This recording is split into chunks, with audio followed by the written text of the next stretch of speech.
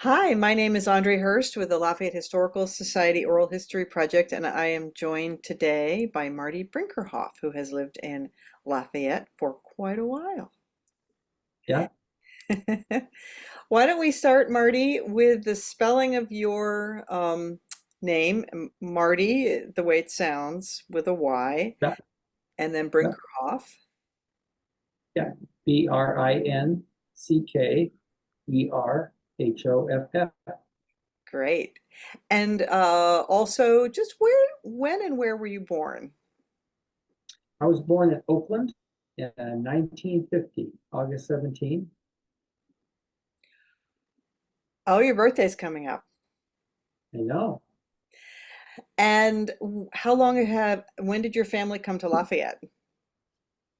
I think I was about 5 years old, so about 1955, we moved to Lafayette. Wow. Um, do you remember, your parents' names? And do you have any siblings?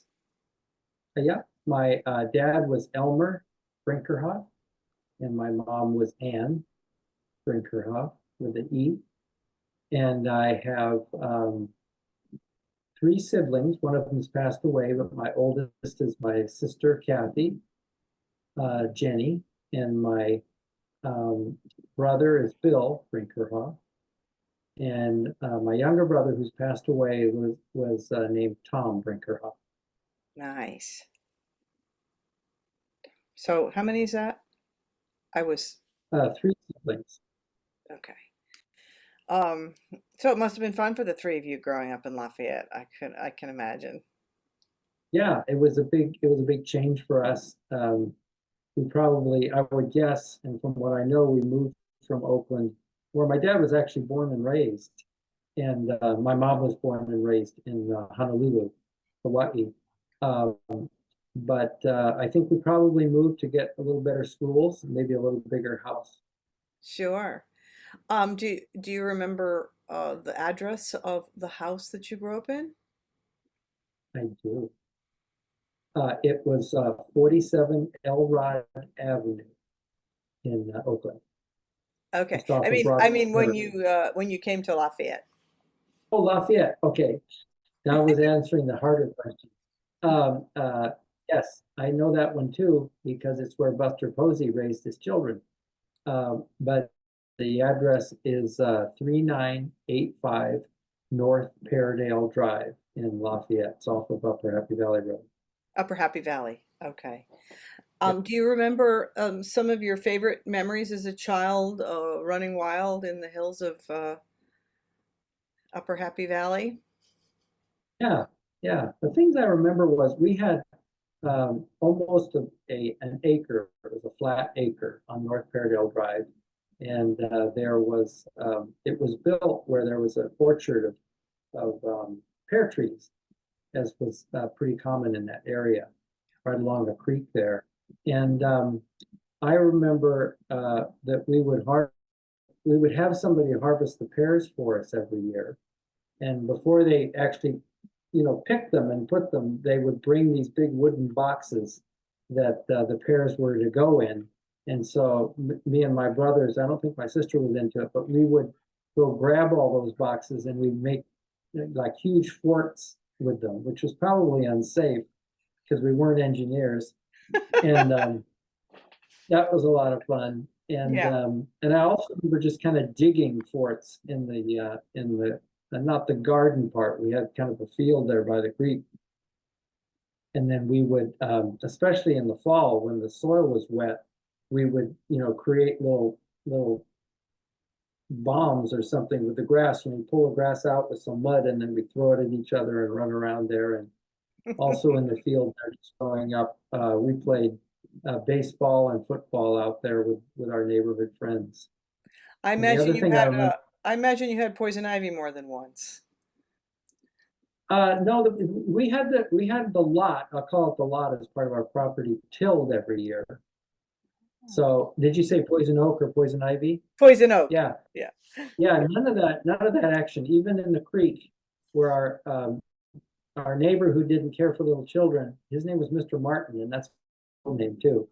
Uh, we had kind of a running battle with him a little bit as in the creek, because I don't know whether it was on our property or his, and it went under the street and had water a lot of the years. But anyway, that was a lot of fun. And the other difference that I remember growing up there, and it's just a sign of the times, I guess, in the suburbs, is when we were out playing and it was time for dinner, my mother had a cowbell that she had by the front door, and she'd just step out the front door and she'd ring the cowbell. And if we were in the ears, a distance of it, which we usually were, then we knew it was time to come in, which most of the time we did. Sure. We What also had a about, big, go ahead. there was a kind of a large hill that was part of North Paradise Drive and then went up into kind of open space up there. We went up there a lot and built little forts and kind of hung out and knocked the thistles down and that sort of thing. And then occasionally that hill would burn in, and it did probably in growing up there. It was probably 3 or 4 times when it somewhere on the hill it caught fire. Wow. Now, coming downtown for your schooling, what schools did you go to? Yeah. Well, can I answer that question, but answer another one just to Sure. set the setting in 1955. They were just opening Highway 24 when we moved out from Oakland to Lafayette. And so just before we moved there, to get to Walnut Creek and that sort of thing, you have to drive down Mount Diablo Boulevard in Lafayette to get to Mount Diablo Boulevard in Walnut Creek. I guess they considered it one continuous road. But the freeway kind of opened up about the same time we moved. In terms of schools, I went to Vallecito Elementary School, which is now a private school called Bentley. Oh, sure. And I have a little story about Vallecito, a couple stories about Vallecito. And then I went to what was then a junior high, 7th and 8th grade, Stanley Junior High School, which is, of course, still there. Hmm. And then I went to Ocklawanee's High School, graduated, and my brothers and sisters all went through that same 3-school thing. Wow. And have you been a lifelong resident, would it be fair to say, of Lafayette?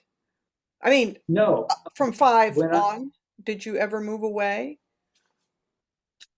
I did when I turned 18. When I turned 18, went to college after I graduated from Ocklawanee's. I lived at home kind of just briefly in the summers and stuff. I lived in a frat house in Berkeley, and I lived in Davis. I went to UC Davis as an undergrad, lived up there for a while. And so, yeah, I never lived in Lafayette again. I live in, obviously, Moraga now. Oh, I didn't tell you that, where I live now. Sure. I live in Moraga. And the story about that was, Moraga in the early 60s and mid 60s was just being developed. Lafayette had already been kind of developed. They were both part of, a land grant way back in the Spanish days and that sort of thing. Joaquin Moraga and Bernal owned that property. But anyway, I was in the Boy Scouts and then the Explorer Scouts, and a couple of my friends had 4-wheel drive vehicles. So when we were going in Ocklawanee's and we got our licenses, we would hop on our 4-wheel drive vehicles and drive into Moraga, which had some homes, but not really up in the hills. And we would just take off from Moraga Road on our 4-wheel and just go up into the hills and drive all around. And Wow. if I were to look out the window right now in Moraga, because I'm up on a hill, I bet you before these houses were even built, we were driving International Harvesters and Dodge Power Wagons around up here. Doing what teenage boys tend to do. I mean, and girls, Yeah, but yeah. um, isn't that interesting? So then when you graduated, what did you study in college and ultimately end up pursuing as a career? Oh boy, there's a long answer to that, but I'll try to make it short. Um, I I graduated from UC Davis with a degree in history, which was very helpful for my career, and I'm saying that sarcastically. And I taught, then I went to UC Berkeley and got my teaching credential. I finished all the units for a master's in education. And I went and taught fifth and sixth grade in Marin County in Green Bay in the Kentfield School District. And short, because I did a lot of different things. After 2 years of that, I was exhausted, and because teaching's a tough job, and I did love it, but I figured I needed to do something else. And then I took a path to becoming, I'll make it short, a cardiovascular technician, just through self-study. And then I became the manager of the cardiology department at Alpha Base Hospital. I did that for about 5 years. Wow. And then I went to a hospital in Albany, acute care hospital, a small one, 39 beds. And they asked me, even though I didn't have a degree in hospital administration, if I would be the administrator of that hospital. And I did that for about 5 years. Wow. Well, And you're then very good with people. I can see you doing that. I mean, I oh, that's know nice to for meet you. the folks at home, I know Marty through our mutual interest in music, and I've always known you to be very even keeled and good with people. So I can see you doing very well with that. That's nice of you to say. And then I got kind of tired of that, and I got a job at the Clorox company in Oakland, California. Hmm. And I worked at the Clorox for 28 years. Hmm. And I did a variety of things. I worked in the IT division, where I ran the training department. I ran the help desk. I ran um, what we called office systems, which follow desktop applications. And then I became project manager, and I was responsible for the portfolio projects. When I finally left um, Clorox, I was the portfolio manager for all of the projects internationally for the HR division of the company. And it was my favorite job, though, was working as a cardiovascular technician and manager of the cardiology department at Alta Bates, Yeah, I where imagine my dad helping actually helping ran all of people his. and working with people. Yeah. Yeah, yeah, and the patients. Yeah. It was Yeah. really fun. And Now, that's so in a so nutshell. in all of this, you came back out here to find a place to live, and you moved to Moraga instead of the town you grew up in. Was that a little bit like you wanted to try something new, or you loved the open feel of it at the time? What were your reasons for moving to Moraga? That's a really good question. Um, I, at the time, being married and kids and stuff, I was living in Walnut Creek. And again, it's interesting. I haven't thought about it this way. We were not crazy about our choices for school for our kids Mm. in Walnut Creek area. And so we went looking, and I'm not sure why we picked Moraga over uh, Lafayette. Lafayette obviously was more developed, it was more populous, and I was really familiar with it. Well, actually, my wife grew up in Lafayette in Burton Valley, now Mhm. that I think about it. So I really don't know why we chose Moraga, except the joke around here, and it was certainly true of us, is that, Moraga is a little bit off the beaten path. Yep. There are only really 3 roads in and out, which is a good thing and not so good a thing. Yep. And our kids, as they got older, called it Boraga because they thought it was so convenient. So once they got their driver's license, they would drive into Lafayette and Walnut Creek, and then they go into Berkeley and Oakland and that sort of thing. And Sure, and sure. uh, and parents, we kind of said we kind of liked that it was Boraga because it feels a little smaller, it feels a little safer, perhaps. I know the police chief pretty well here in Moraga and several of the mayors and that sort of thing because we lived here for 25 years, and I've been in the Kiwanis Club of Moraga Valley. And the police chief is very proud that he got the cameras up on ways in and out of town to catch people, doing their thing. Not many So ways in anyway, and out. long answer to your question, but That's really neat. Well, I'm sure though, just like your kids, when you wanted to do stuff, you'd come into Lafayette. So tell me, do you remember the Park Theater? Did you used to enjoy that, going to see movies and things? yeah, and Lafayette's grown, but it hasn't grown like Walnut Creek has. But it's different than when we lived there. I would say one of my earliest memories of the stores and businesses that were in Lafayette is when I rode my bicycle down from up Happy Valley Road and down into Lafayette. We liked to go to Chaps. Chaps was, I think at the time, the one and only fast food restaurant, if we even called them that back then. And there was a big giant neon sign with a cowboy with a lariat over his head that lit up at night and stuff. And that was where you could get a burger. I remember going to Vallecito Elementary School. Um, I was a little bit of a adventurous young man, I'll say. I even did a stint in jail in Oakland. That's another story. Um, For short speeding or stint. something? It was for driving a car when you're 15 years old at 3 o'clock in the morning with a couple of buddies. But Okay. anyway, I probably being recorded. Oh, I'm so sorry. Can you delete that? No, that's all right. Yeah. But I was at Vallecito, and it was a K through 6. A couple of my buddies and I discovered that if we climbed under the fence that was between Vallecito and the freeway, we figured a way to climb underneath it. And then there was a culvert there before the freeway. Uh-huh. So we went into the culvert and went down the ladder into this dark culvert. I guess we had flashlights. Uh-huh. And we went through this big giant tunnel that went under the freeway, and it Oh came out my at Orchard, Lord. and it had water running through it too, but not a lot. Oh my. But anyway, These are the things your parents never knew, right? I'm not sure if they knew or not. But Orchard Nursery, you asked me about businesses. That's been there forever. It's a wonderful nursery. Been there a lot. I've Love gone it. to others too. Yeah. Although I love the nursery in Moraga that got closed down because one of those attorneys that was doing his thing about lack of wheelchair access to certain businesses and stuff.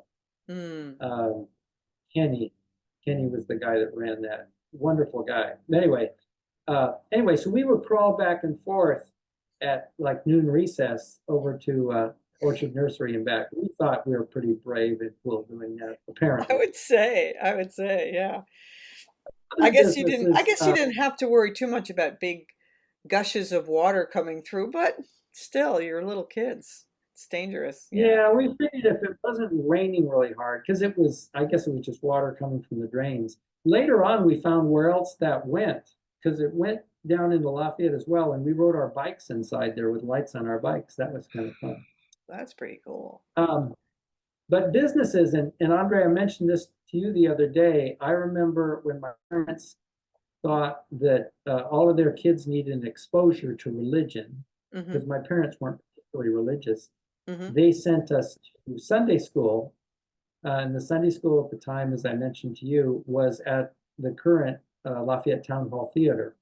Hmm. Uh, that's a historic building too, and I guess it was the Mayor Brown. I think there was a Mayor Brown at one point in Lafayette and stuff, and that's where they held council meetings and that sort of thing. But That's right. it's really cool that theater, that building is still there and being used to good use. It's wonderful. Park Theater, absolutely. We went to the Park Theater and the L something or other in Walnut Creek, as I vaguely remember, that became a porno theater, I think, much, much later. But I remember seeing the last movie I think I saw at the Park Theater was Journey to the Center of the Earth. If any old people remember that kind of Someone sci-fi else thing. told me that that was their last movie too. Maybe that was the last movie there. I don't know. Yeah, yeah, it could have been. And the Rotary Club is trying to get the Park Theater up and running again. Yes. But Yes. It's exciting. Now with yeah. the green that is near the Park Theater when you were growing up, was it bigger? You mean the triangular park? Yeah. Yeah. No, that was the size. That didn't change. Okay. The stores that were there are still there. One of them was called the Handlebars, I remember. Mhm. But no, that was a little tiny park, and maybe that's a shortcoming of Lafayette is the lack of parks. I know Although it's I will something say, they're trying to address. Yeah. yeah, I will say that they rejuvenated one of the parks near Lafayette Elementary School, and we call it Airplane Park. And my grandkids who were living, Yep. two of my six grandkids that were living in Lafayette at the time, just loved to go to Airplane Park, and we took them Yes. there in our strollers a lot. Yeah, we bring our Um, grandson there. It's great. The other thing there are two things. The Lafayette Moraga Trail, you had mentioned bicycle riding. So that can't remember when that opened, but I think it was in the 70s. Um, do you remember when there was a train there, or what are your memories of that strip of trail? yeah, you must think I'm a really old person, Andre, because the train stopped running there, of course, a long time ago. Oh, I have a I have a good friend in the I'll have to Moraga edit this Historic. part out. I should know that. I've done stories on it. Okay. Yeah, we have a really good friends, Sam and Susan Sperry, that the people listening to this recording will know quite well, because they are. Susan is the leader of the Moraga Historical Society, and Sam just an expert on the trains as they, took red out from Canyon and brought them out and stuff. But what I remember about that trail, boy, that trail seems like it's been there forever. I think it was there when I was in junior high school, and it goes right by Stanley. Um, I think it's been there a long time, and I've enjoyed that trail a great deal over my life. Walking with my wife, walking with grandkids, taking for a stroll there. It's a wonderful thing, and it of course extends, as everybody knows, into Walnut Creek and Pleasant Hill. I've been walking on that one too with my new two twin grandbaby girls who were just born 2 weeks ago. So the Congratulations. trail is really a wonderful thing from Lafayette and Moraga and farther. Sure, sure. And then the other one that I wanted to ask you about, just Fiesta Square and that whole area. I mean, what were some of your favorite things, like in high school? Where did the kids hang out? Chaps? Did they Let me mostly go to let me Chaps? just say the few memories of Lafayette Square. The um, the pet store was wonderful. The Hobby Hut was a great place that I went to a lot. Gaston's Cleaners that was there was one of when I was in Little League, you know how they sponsor. So I was on the Gaston Cleaners uh, team. But what was the question you asked? I don't think I Oh, asked it. it's always fun to sort of get a sense from people of how their favorite places to hang out when they were young in town. Yeah, yeah. Definitely A&W Root Beer, kind of on the east end of Lafayette, especially when I was playing baseball and that sort of thing. We would go there after games. Um, what were hang out? Oh, Freddie's Pizza. Freddie's Pizza was an icon. It's not there anymore, but it was kind of in the mid part of it. I worked at Baskin Robbins in high school there, which was close to Freddie. So I would come, my mom, before I had a driver's license, but I was working, my mom would drive me to Freddie's and I'd have dinner. And Hmm. then I'd do my shift at Baskin Robbins, somebody would pick me up. Nice. Um, the other one I just thought of, um, shoot, I lost. Well, Dan's Restaurant, hmm. which is now Metro, was Dan was the father of a friend of mine at Akalani's, and that's where I also got one of my first jobs as a busboy, and I worked at Dan's restaurant as a busboy, which helped me a lot in my later career because Sure. joking about that, but in a way it did. Having a job in high school I I think was any helpful. of those kinds of jobs are very humbling and just generally good for character development. I always used Yeah, to make my son get jobs like, that were, he was pizza delivery for a while. And, I think that's really important. yeah, But you meet people, right? yeah, I'll sure. tell you a story. I don't know if it's important for the historical society, but um, my parents were great parents. I know they played bridge with other like parents Alpha Bates and the volunteer association my mom ran at Alpha Bates. And but what I learned as a busboy working at Dan's restaurant was a little bit of the ugly side of people too. Not ugly, ugly, but people get to drinking and having a late dinner. And I remember on a few occasions, and I guess this is sexist, but the husband who would be paying for the dinner would have quite an argument with the other husband going to pay for it Hmm. because one of them wanted to pay for it and the other one they'll say they wanted to pay for it.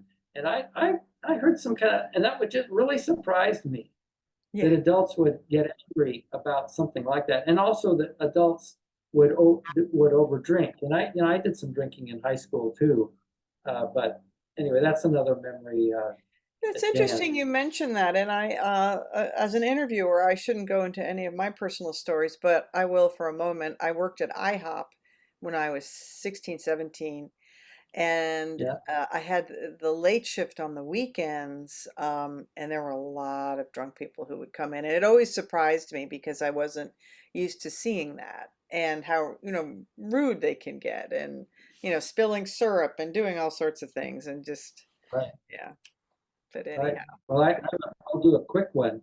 I had several jobs when I was in as an undergraduate at UC Davis, and one of them was pumping gas for what at the time was Standard stations, and I would often work the graveyard shift out on freeway on Highway 8. Same thing as what you were saying. Some pretty weird, people would come in there at that time of night. Yeah, maybe I they even weren't got weird. slugged by Maybe they police. weren't weird during the day, but then after a few drinks. Um, um, you're into music, and I'm wondering, did you have exposure to music through Stanley and through Akalani's? When did that passion develop for you? Yeah, well, that's a great question. I haven't thought about it in a long time. And there's a little Lafayette connection too. Um, I I don't know why, but I got listening to the Limelighters, which was a folk group back then when the Kingston Trio was playing and that sort of thing. And I got some of their albums, and that got me started a little bit. And my sister had a guitar, which I started playing around with when I was, I don't know, 8, something like that. But the Limelighters had a banjo. They were a group of 3. So I got myself a banjo instead of a guitar. And I started to learn how to play it with the Pete Seeger Learn to Play the Banjo book. And I was taking lessons from a guy who lived in an apartment in Lafayette, not far from the Park Theater. And I remember going there to lessons, etc. And then I picked up a guitar or two and started to learn how to play that, mostly folk music kind of stuff. I remember I took a lesson once. I think I've taken one guitar lesson, and it was nice with a friend of mine, but I Hmm. just didn't feel like I needed that.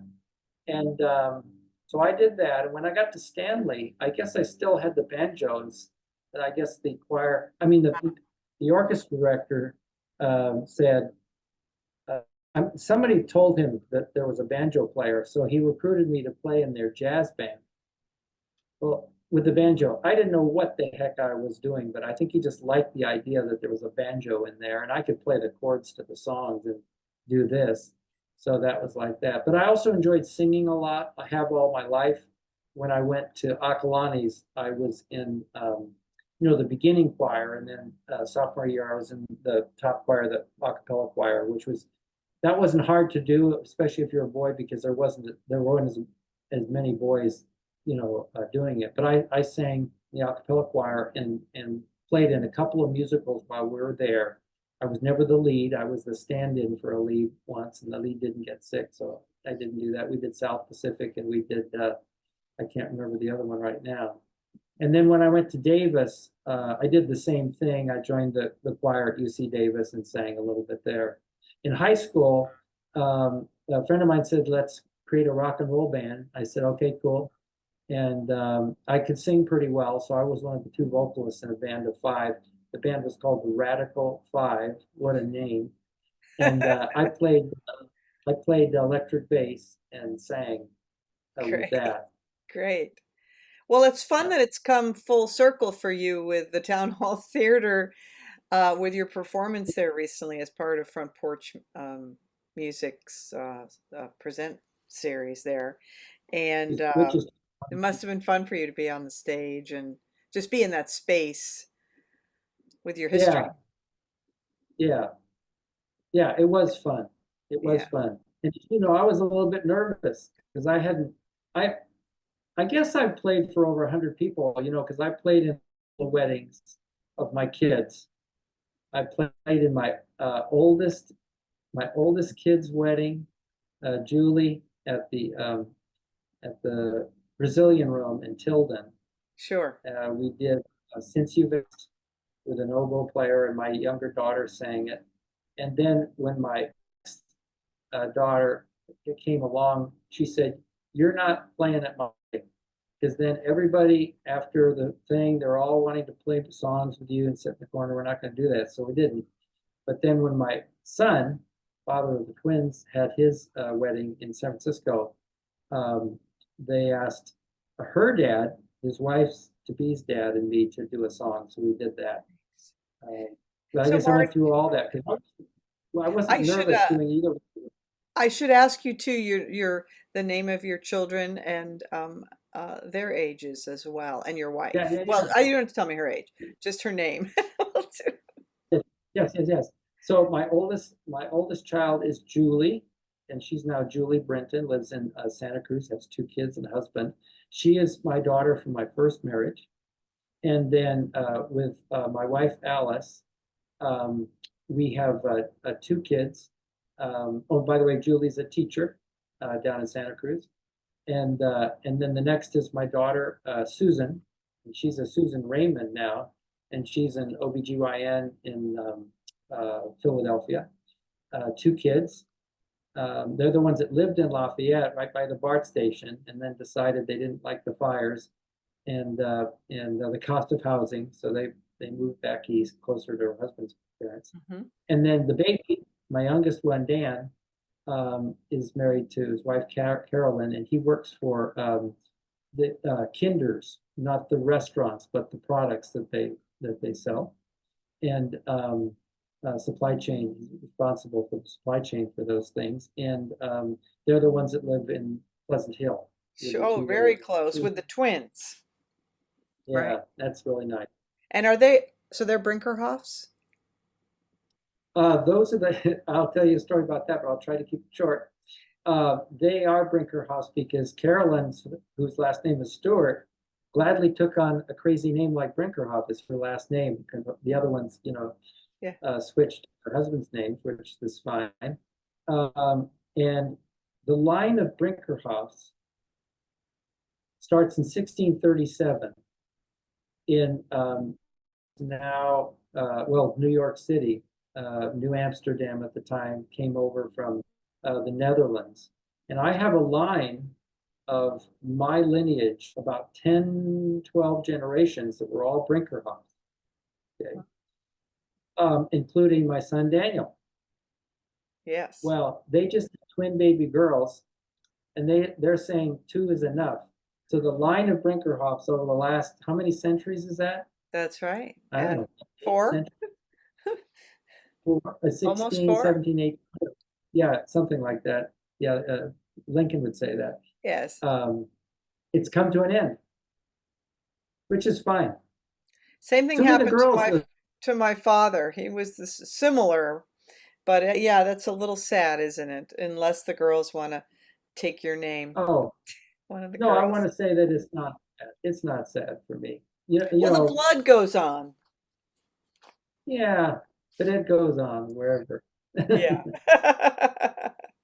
Let's see. Is there anything we haven't covered? We have about 4 minutes left. Okay, Is there anything that we haven't covered that you'd like to talk about? let me list the questions that you mentioned. I'm sure I'll think of some things later. Lafayette, I think I've gone off Wisconsin. script a little bit. Yeah.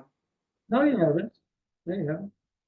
I wasn't in the military, although I was, they pulled me out at Davis. The 2S deferment wasn't in effect during the Vietnam War, and I went and took my physical down at Clay Street in Oakland. I was ready to go to Vietnam, but that was when they had a lottery when you had a number. My number was 156, and I think they got to 152. And at the end of the year, and then they don't call you the next year. They, at least at that time, they started over.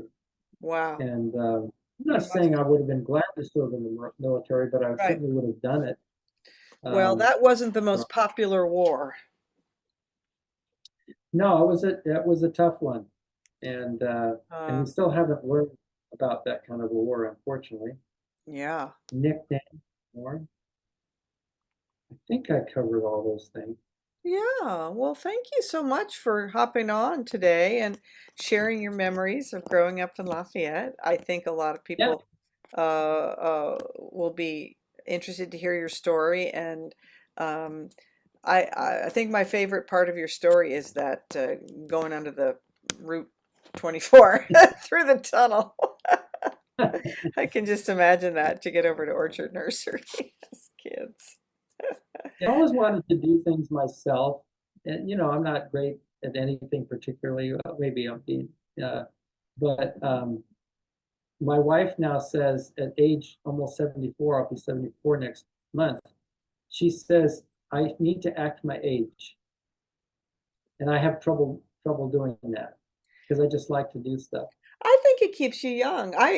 We this week I interviewed that 91-year-old gentleman, Dick Falk, who ran the Valley Restoration for years and years. He still runs it. He's over there every day running that shop. He had a Porsche he was working on. Nice, nice. So I think those memories of a good youth lived keep us young all the way. And I'm glad you're still here, and that it's nice to have people around who have been around. Yeah, yeah. Well, there are a lot of things in my life that I enjoy a lot, and I just pass something to you on, and that is that I enjoy the music, and when I get a chance to perform, I did an open mic actually 2 days ago at Larky Park with my ukulele. You're creating a situation for people like me that love to play music, love to hear others do it, and it's local and it's people you know, and it's just Torch is just a wonderful thing, and it's a wonderful thing for Lafayette that somebody talking about 20 or 30 or 40 years from now when they ask them about their memories of Lafayette. So thank you. Thank you. That's very nice to say. All right, Marty, we will see you soon, and thanks for sharing your memories with Lafayette Historical Society. Thank you for asking. Okay, I'm going to just stop the recording.